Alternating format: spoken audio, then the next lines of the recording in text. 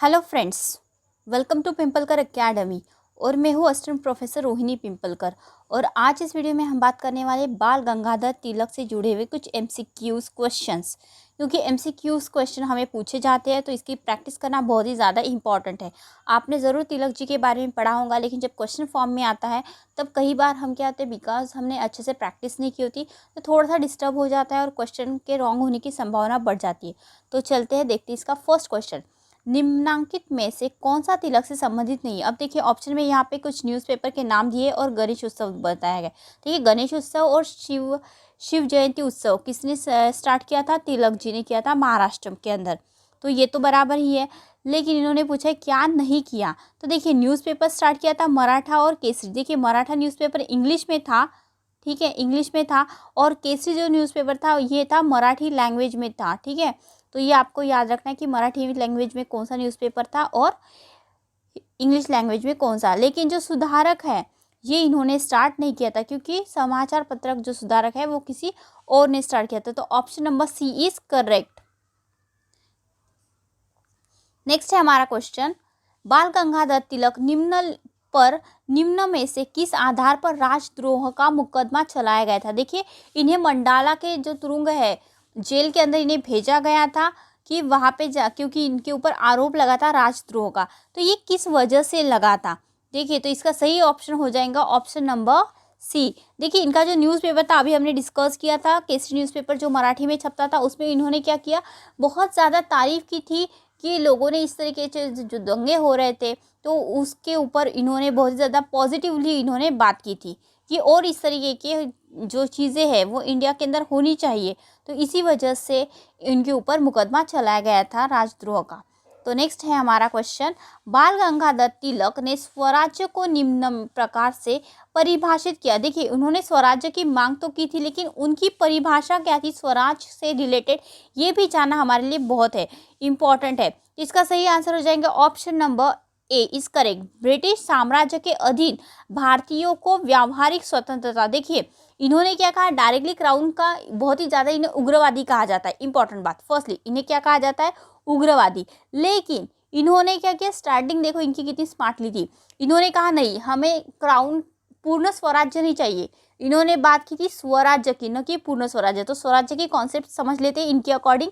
तो इन्होंने कहा कि नहीं, जो हम काम कर रहे हैं काम के अंदर हमें किसी भी तरीके का डिस्टर्बेंस नहीं चाहिए, मतलब व्यावहारिक स्वतंत्रता हमें होनी चाहिए। लेकिन अगर हमारे ऊपर राज करता है ब्रिटिश राज रहेगा, मतलब क्राउन का अगर राज रहेगा, इंग्लैंड हमारे ऊपर राज करेगा तो भी हमें चलेगा।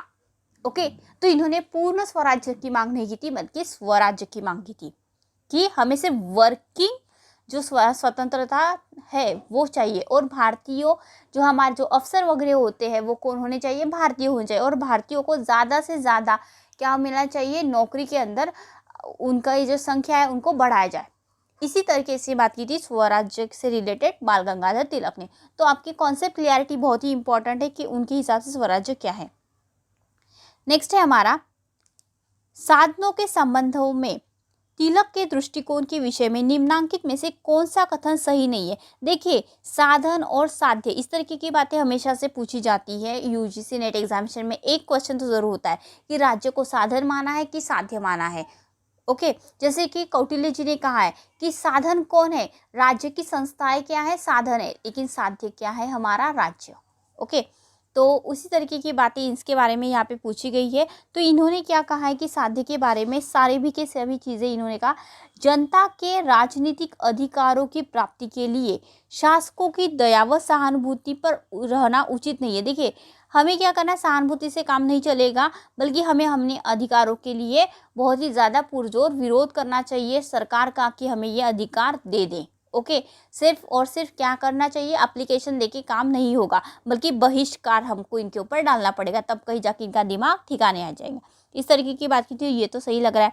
नेक्स्ट है हमारा, स्वराज्य की प्राप्ति के लिए हिंसक आंदोलन अनिवार्य व सर्वथा उचित है। जी हाँ, इन्होंने कहा नहीं, बहिष्कार तो होना ही चाहिए इनका। और क्योंकि इनका जो डिपेंड है सोर्स क्या है इनका यहाँ पर रहने के लिए, इकोनॉमी पावर, इकोनॉमी इसको खींचते, इसलिए बहिष्कार कर दो, स्वदेशी को अपना लो। इस तरीके की बातें कही थी। और हिंसक भी अगर मोड़ आए ना तो भी चलेगा, कोई बात नहीं होती कि हम अपने आंदोलन को पीछे लो, क्योंकि अधिकार मिलना बहुत ज़्यादा इंपॉर्टेंट है। इस तरीके की बात की थी तो ये भी राइट है। नेक्स्ट है हमारा यहाँ पे ऑप्शन 4 है, साधनों के संबंध में नैतिकता की तुलना में प्रभावशीलता अधिक महत्वपूर्ण है। देखिए, साधन जो भी हम यूज़ करते हैं उसके संबंध में नैतिकता के तुलना में प्रभाव, देखिए बहुत ज़्यादा नैतिक होके क्या करेंगे। अभी तक तो बिल्कुल एप्लीकेशन वगैरह से देखे जो काम चल रहा था, जो नरम दल का, वो तो चल रहा था नैतिकता के तौर पर, लेकिन कुछ काम हो रहा था क्या? नहीं। तो इसी वजह से, क्योंकि गवर्नमेंट को ठिकाने लाना है तो हमें नैतिकता के सहारे नहीं बल्कि ऐसे साधन यूज़ करने होंगे जो प्रभावशाली हो, सीधा क्या करे, जड़ के ऊपर वार करे। मतलब क्या मिले इन लोगों को? अपने अधिकारों की प्राप्ति हो। तो इसी वजह से इन्होंने क्या कहा कि हमें क्या सहानुभूति से काम नहीं चलना है, दया के ऊपर नहीं रहना है, और अगर स्वराज्य प्राप्ति के लिए अगर हिंसक अगर आंदोलन करना पड़े तो भी चलेगा। और साथ ही साथ में इन्होंने कहा कि साधनों के ऊपर आप ध्यान मत दो कि ये नैतिक है या अनैतिक है, वो तो हम बाद में देख लेंगे, पहले वो क्या होने चाहिए? प्रभावशील होने चाहिए। तो इसी वजह से ये सारे के सारे आंसर हमें सही लग रहा है। तो इन्होंने पूछा है क्या सही नहीं है, इस वजह से आंसर हो जाएंगे option number D is correct. न्याय की प्राप्ति के लिए जनता को संगठित, जागरूक व सक्रिय संघर्ष के लिए तैयार करना चाहिए। तो इन्होंने न्याय की प्राप्ति के लिए बात तो की थी, लेकिन उतनी ज़्यादा उन्होंने न्याय के ऊपर ध्यान दिया क्या? नहीं। तो इन्होंने ध्यान किसके दिया था? स्वराज्य के ऊपर। न्याय की संकल्पना के बारे में इन्होंने कुछ कहा ही नहीं था उस वक्त। तो इस वजह से इसका संबंध किससे हो जाएगा? Option number D is correct. Next हो जाएगा हमारा क्वेश्चन, निम्नांकित में से कौन सा तत्व बाल गंगाधर तिलक के राष्ट्रीय शिक्षा के विचार में सम्मिलित नहीं था? अब देखिए, इन्होंने कहा राष्ट्रीय शिक्षण तो होना चाहिए, जो चतुसूत्री जो कार्यक्रम इन्होंने बताया था उसके अंदर राष्ट्रीय शिक्षा तो इम्पोर्टेंट थी, लेकिन उसके संबंध में क्या सही नहीं है ये यहाँ पे पूछा गया। सो शिक्षा को राज्य द्वारा संचालित किया जाए तथा अनिवार्य बनाया जाए। देखिए, एजुकेशन गवर्नमेंट ने देना चाहिए और कंपलसरी एजुकेशन देना चाहिए, इस तरीके की बातें नहीं कही थी, क्योंकि उन्होंने कहा नहीं, गवर्नमेंट की जितनी भी संस्था है उसके ऊपर क्या डाल दो? बहिष्कार करो, और अपनी खुद की देशीय, जो यहाँ के जो देशीय लोग हैं उन्होंने, भारतीयों ने क्या करनी चाहिए? अपने स्कूल ओपन करने चाहिए, इस तरीके की बातें उन्होंने कही थी। तो इस वजह से option number A is wrong हो जाएगा। तो देखिए, शिक्षा के संबंध में इनके जब भी क्वेश्चन देखिए नहीं अगर दिया होगा तो बाकी के सारे ऑप्शन आप अच्छे से पढ़ ले और लर्न कर ले, क्योंकि इसी में से आपका कई बार जो ऑप्शन होते हैं वही क्वेश्चन के रूप में आते हैं और क्वेश्चन को ये आंसर बना देते हैं।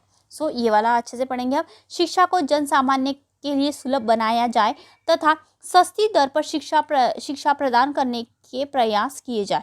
जी हाँ, इन्होंने कहा कि एजुकेशन क्या होना चाहिए? सभी के लिए सभी के लिए होना चाहिए, लेकिन सस्ता होना चाहिए साथ ही साथ, ताकि सभी लोग इसको अफोर्ड कर पाए। उस वक्त क्या था? सिर्फ कुछ ही तबके के लोग शिक्षा को ग्रहण करते थे। साथ में इन्होंने क्या भी कहा था? शिक्षा भारतीय उद्देश्यों के ध्यान में रखते हुए प्रदान की जाए। मतलब एजुकेशन कैसा होना चाहिए? उसके अंदर जैसे कि राष्ट्र अभिमान होना चाहिए, ओके, कि नहीं, हमारा भारत राज्य है और हम भारत के निवासी है, और यही हमारी क्या है? सुप्रीम सत्ता यही होनी चाहिए, मतलब भारतीयों के ऊपर ही होनी चाहिए। इस तरीके की बात उन्होंने कहा। भारतीय संस्कृति को ये बहुत ज़्यादा महत्व देते थे, क्योंकि ये संस्कृत के बहुत ज़्यादा ज्ञानी व्यक्ति थे। ओके, तो ये भी आंसर यहाँ पे सही हो जाएगा। शिक्षा द्वारा युवाओं को इस प्रकार प्रशिक्षित किया जाए कि वे राष्ट्रीय जागृति और आंदोलन के लिए जनता को प्रेरित और संगठित कर सके। तो इन्होंने कहा एजुकेशन कैसे होना चाहिए? राष्ट्रीय शिक्षण, वर्ड इंपॉर्टेंट है, राष्ट्रीय शिक्षण की यहाँ पे बात की थी कि हम भारतीय लोग हैं और भारत के लिए ही सब कुछ काम करेंगे, हमें इंग्लैंड के तलवे चाटने की कोई ज़रूरत नहीं। लेकिन हाँ, उन्होंने ऐसा ज़रूर कहा है कि हाँ, हमारे ऊपर राज कौन करेगा? इंग्लैंड कर सकता है, बट हमें वर्किंग जो भी स्वतंत्रता है वो होनी चाहिए। सो यहाँ पे आंसर क्या हो जाएगा? यहाँ पे पूछा है कौन सा सम्मिलित नहीं है एजुकेशन के बारे में, वो क्या नहीं कहते? तो शिक्षा को राज्य द्वारा संचालित किया जाए तथा अनिवार्य बनाया जाए, क्योंकि उन्होंने खुद ने क्या किया था? बहिष्कार डाला था गवर्नमेंट स्कूल के ऊपर या फिर कॉलेज के ऊपर।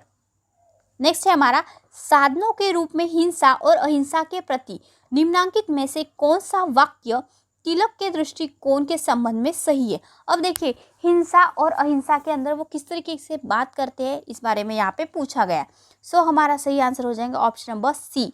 तिलक हिंसा के विरोधी तो थे, ठीक है, हिंसा तो नहीं होनी चाहिए, किंतु अहिंसा उनके लिए एक व्यावहारिक नीति थी, नैतिक साध्य नहीं। मतलब ऐसा नहीं कि हाँ, उन्होंने हिंसा को प्रमोट तो नहीं किया, चलो हिंसा तो नहीं करेंगे, लेकिन अहिंसा भी इतने कौन से काम की कि जिसमें कोई भी काम ना हो हमारा क्योंकि क्या इंपॉर्टेंट है हमारे लिए, स्वराज्य इंपॉर्टेंट है, व्यावहारिक स्वतंत्रता तो कम से कम व्यक्ति के विकास के लिए होनी ही चाहिए। तो इसी वजह से उन्होंने हिंसा का विरोधी थे वो, लेकिन अहिंसा को इन्होंने इतना भी ज़्यादा सपोर्ट नहीं किया कि कोई एक गाल पे मारे तो दूसरा गाल उसके सामने दे दो कि भाई आ जा, दूसरे गाल पे भी मार। तो इस तरीके की बातें उन्होंने नहीं कही थी। नेक्स्ट है हमारा, निम्नांकित में से कौन सा कथन हिंदू मुस्लिम सौहार्द के विषय में तिलक के दृष्टिकोण को सही रूप से व्यक्त नहीं करता। देखिए हिंदू बहुत ही ज़्यादा इनके ऊपर क्या किया जाता है, क्रिटिसाइज कि ये बहुत ज़्यादा हिंदू को सपोर्ट करते और मुस्लिम के विरोधी थे, बट ऐसा नहीं है। इनकी कभी भी किसी भी थिंकर के बारे में कौन क्या कर रहा है ये इंपॉर्टेंट नहीं है, बल्कि आप जब इसके बारे में पढ़ते हो, उनकी थ्योरी को पढ़ते हो और ऑथेंटिक बुक से पढ़ते हो, ओके, तो ऑथेंटिक बुक से पढ़ना भी बहुत इंपॉर्टेंट है, और फिर कहीं जाके आपको वो बातें समझ में आती है। तो किसी ने कुछ भी कह दिया तो इसके ऊपर कभी भी विश्वास नहीं करना चाहिए। तो हिंदू मुस्लिम के ऊपर जो भी ये कहते हैं तो इनके क्या विचार सही नहीं है ये यहाँ पे पूछा है।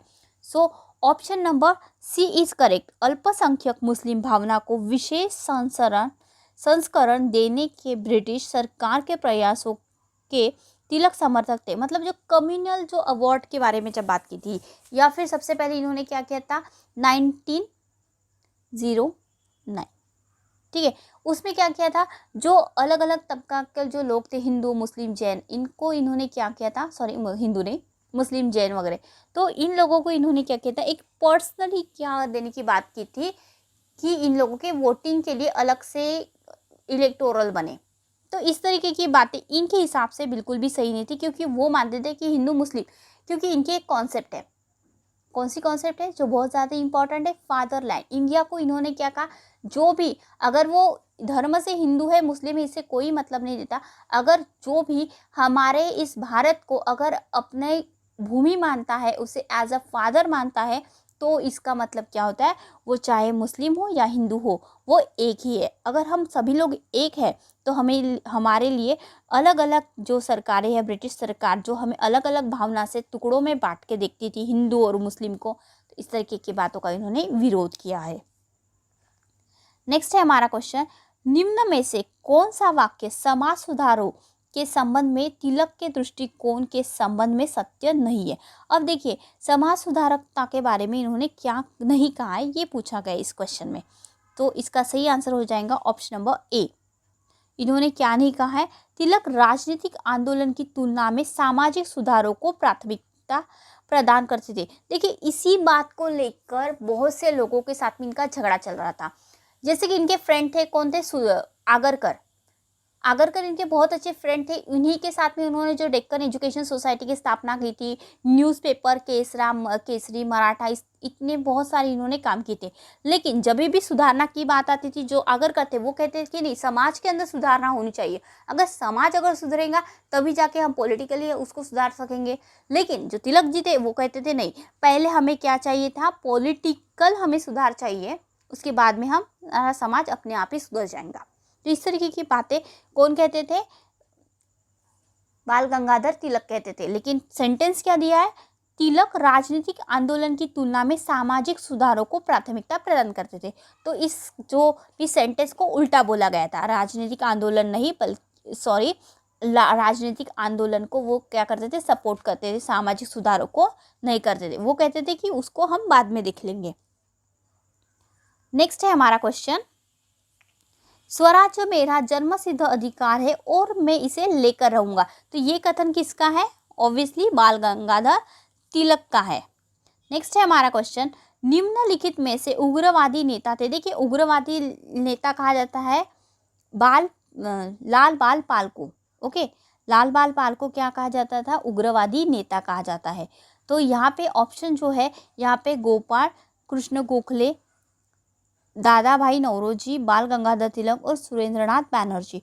तो यही यहाँ पे सही आंसर क्या हो जाएगा, बाल गंगाधर तिलक। किसी किसी कहा जाता था उग्रवादी नेता लाल बाल पाल को।